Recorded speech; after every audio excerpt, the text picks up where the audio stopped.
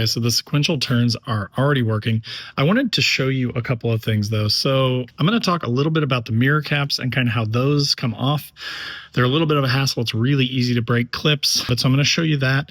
I'm also going to show you the way easier way. Now I've probably watched 10 videos, mostly of Q50s, because for some reason nobody talks about the Q70s, but they are basically the exact same as the Q50. So they work pretty much the same as the Q50. So if you want the full instructions for how to get the puddle lights and all the other things, I'm not going to be hooking up the puddle lights. I literally just want these to operate as turn signals. And the reason is that these things, if you do it the way that I'm going to show you, you don't even have to take the door panels apart. In almost all these videos I've seen, they've got all these extension wires, you got all these things, you got to tap into all these wires.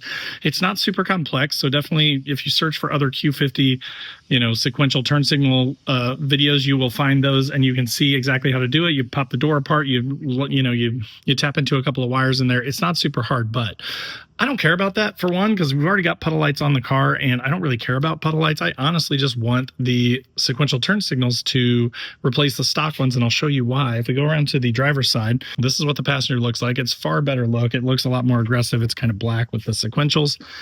Here are the stock ones, right? So they're very dim, they're very boring.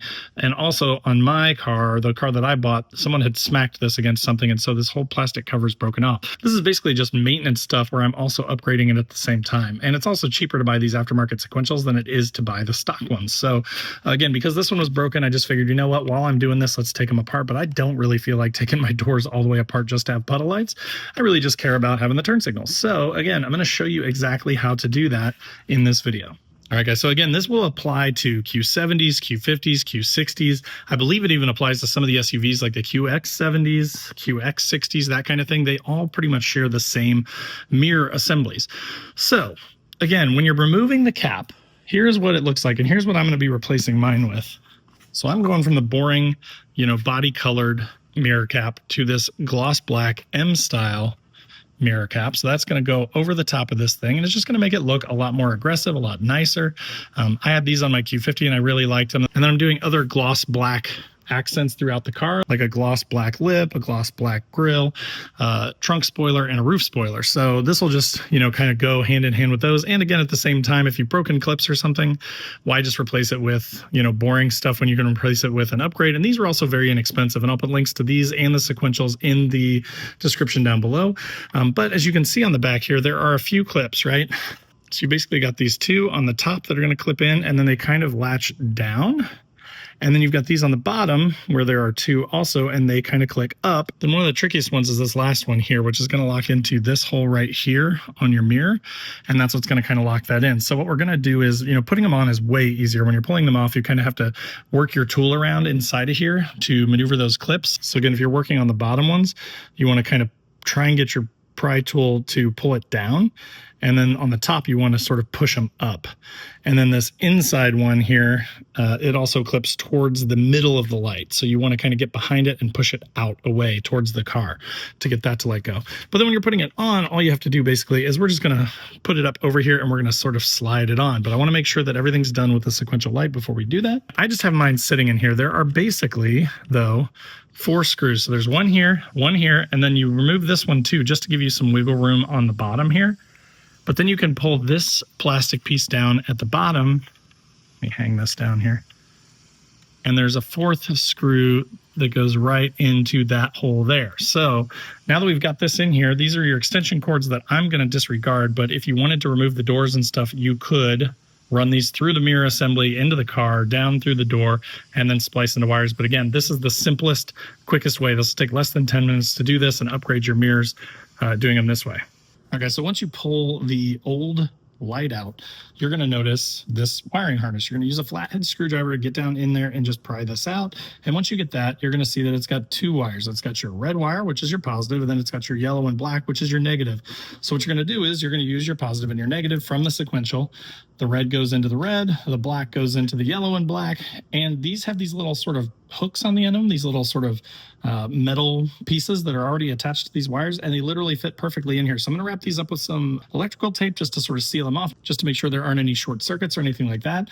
Then you're going to tuck this back under there. I'm going to tuck my extra wire in here in case someday I do decide to do the puddle lights and all that. There is plenty of room in the light here, so this can just kind of go, right down in here. And then this is going to fit, again, right down here. I'm going to push this all back. I'm going to get electrical tape, and I'll do this the right way here in a second. But then this is going to sit right here. You're going to put your screws in here. You're going to add your bottom one, pull this down, and put your last one in down there. And then you're going to redo your screw here. And then that will be it for that. And we'll be ready to put the mirror cap on.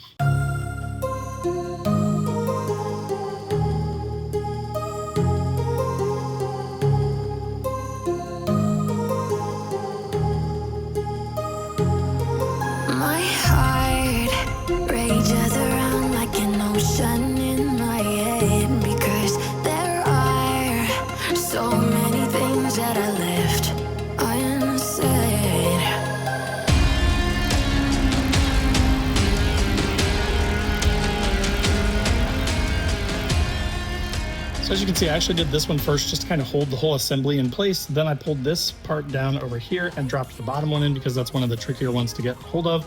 Now that I don't have to access anything down here though, I'm gonna go ahead and put this one back in that retains the bottom portion of the mirror. So I'm gonna do that. And you don't wanna over tighten these too much. It's just plastic in here. Just get them until they're good and tight, and then that's good. You're not trying to break them open here.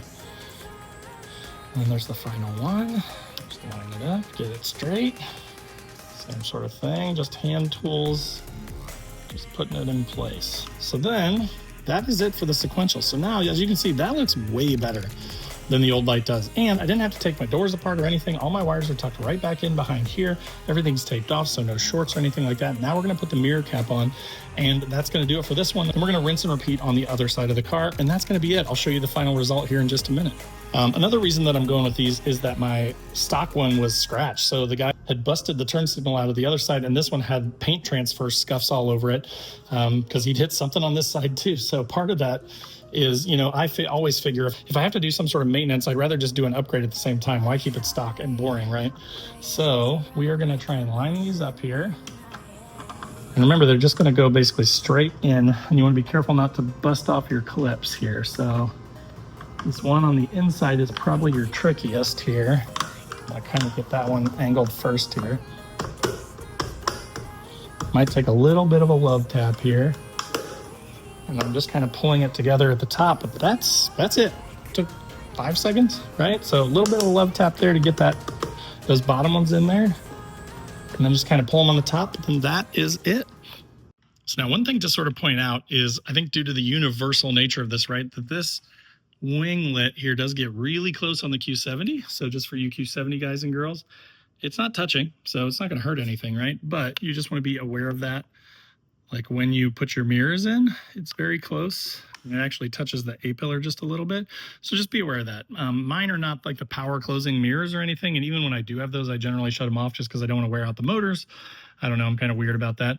But just FYI, it is kind of close on the Q70, but I think that looks way, way better, right? Like 1,000 times better. Before it was like the brown color match sort of old man-y car.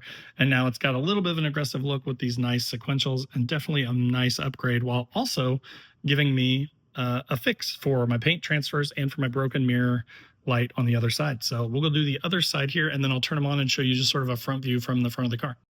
All right, guys, so I want to show you sort of the final results. This is the driver's side.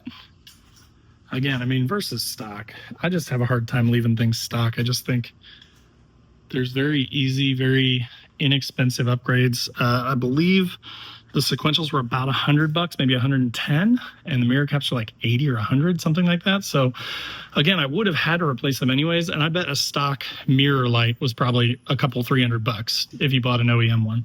So again, for less money than it takes just to replace it with stock stuff that's more boring, that looks like everybody else's car. Got a nice little aggressive upgrade here for the Q70. Much better looking mirror lights that are sequential and look better.